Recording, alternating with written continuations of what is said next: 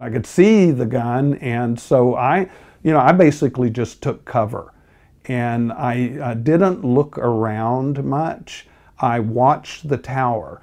I don't know how time flows in that kind of situation. It's impossible for me to say, was it 5 minutes or 20 minutes that I was there. It felt like it was a whole different world.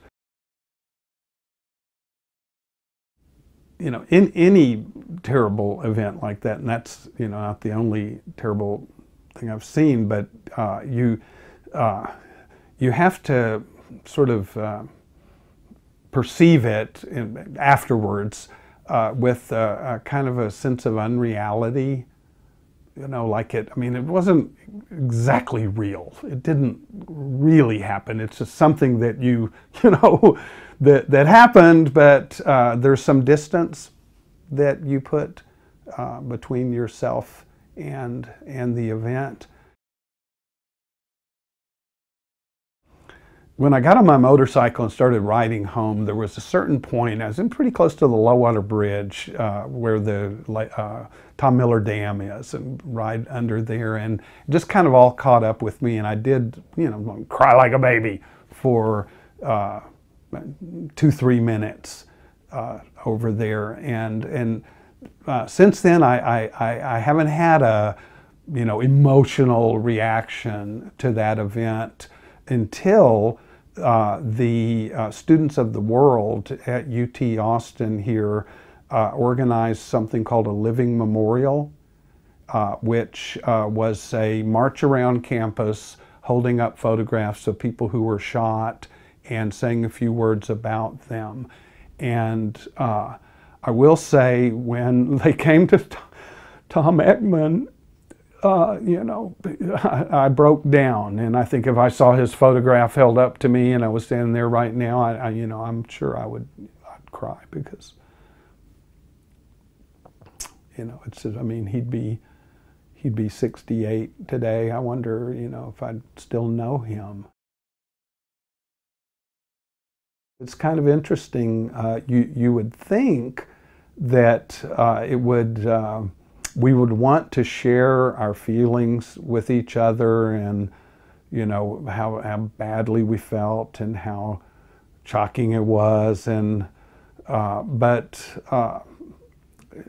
it's not like we would want to avoid the subject. It's just there's some things there's really nothing to say.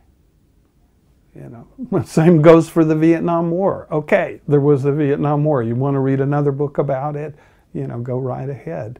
But there's really nothing to say. People are fascinated with violent events.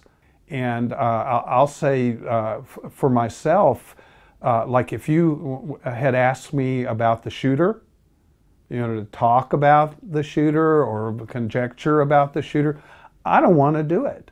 It's not good to be fascinated with the motives and means of, school shooting. We have to recognize the tragedy that it is, but we have to avoid elevating it to a level of news attention that, I don't know, makes it seem too normal.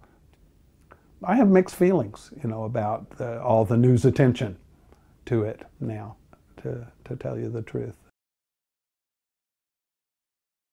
I don't feel good when the memory of that shooting is used as a justification for people wanting to carry weapons onto campus. I do accept the Senate's judgment, and the governor, and signed the bill, and I do have friends who carry, and were carrying on campus before, and didn't bother me.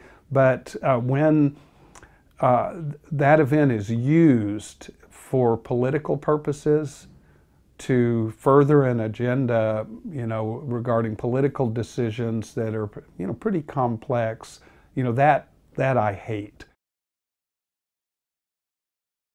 I'm not sure if I went back to class that week. I don't think so. I don't think so. But I know things, went on. Business went on as usual, pretty quickly after that.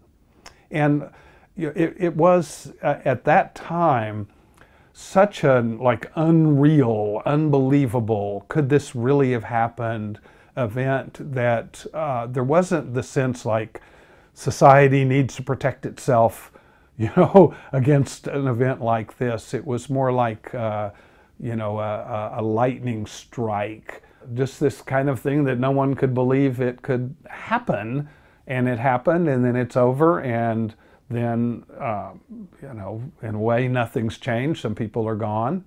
The law enforcement getting more prepared, but I don't think anyone had the feeling like this can happen again.